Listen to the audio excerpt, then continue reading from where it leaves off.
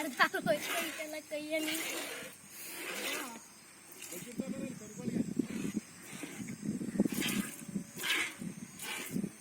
ಯಾರು ಜಾಸ್ತಿ ಕರೀತಾರೆ ಅಂತ ಬರ್ರ ಹಠ.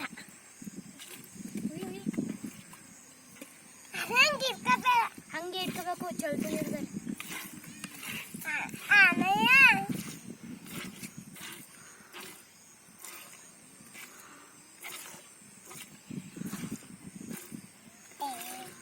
ಕೈ ಅರ್ಧ ಹೋಯ್ತಾಯ್ತು.